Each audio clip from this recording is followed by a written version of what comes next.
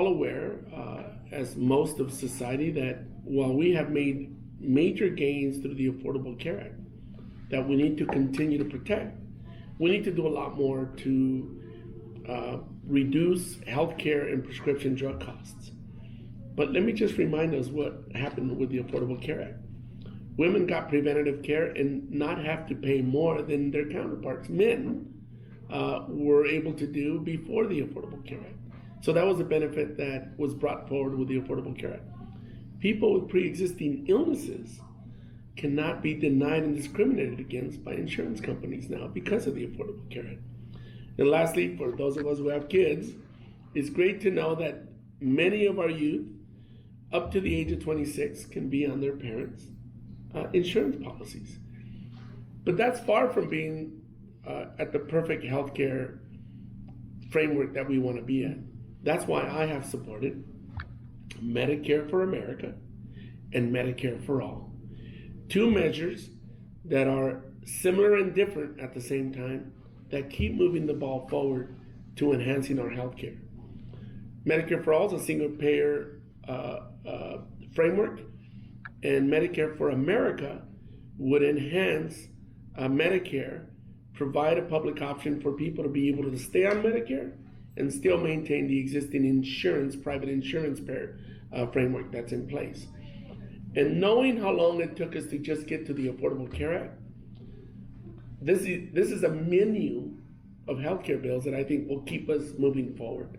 And that's why I supported both of them.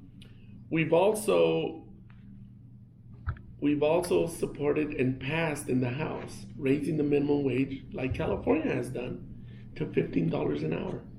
The House is working and getting things done, is my point. Are you hearing a reoccurring theme? We know. We can walk and chew gum at the same time. Investigate, That's right. legislate, and litigate at the same time. And we've also passed, the House has passed the Violence Against Women Reauthorization Act. Again, we continue to do our work. We have passed to take on Big Pharma, affordable and accessible in 2019 and beyond. The lower prescription drug cost, it's called, we didn't put it here, I have to get it later, but it's actually the bill that we recently passed to allow Medicare to negotiate with pharmaceutical companies lower prices, and don't just pass those on to Medicare recipients, but all Americans, and put a cap on certain drugs. When we go back to Congress, we're going to be considering in the next 2 weeks H.R. 3, which would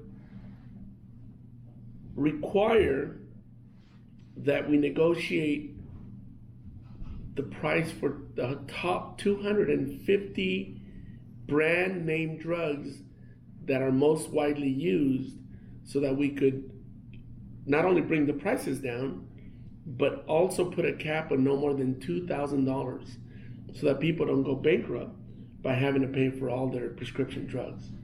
When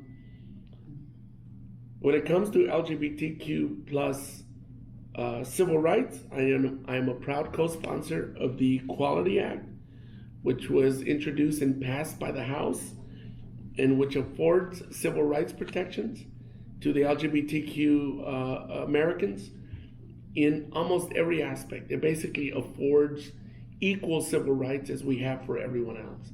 Employment, housing, you name it, everyone else. And this president has also moved to prohibit transgender individuals from serving in the military.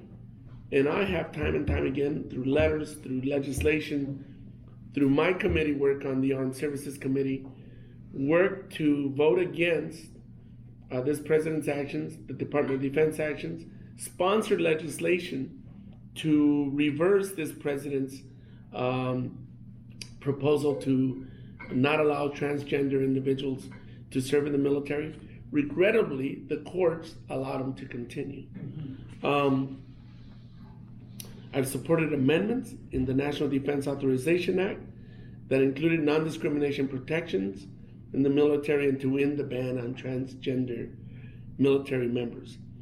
I also signed on to an amicus brief for you lawyers in the House. A part of an amicus brief supporting the individuals that were discriminated against in Colorado in the cake shop case that we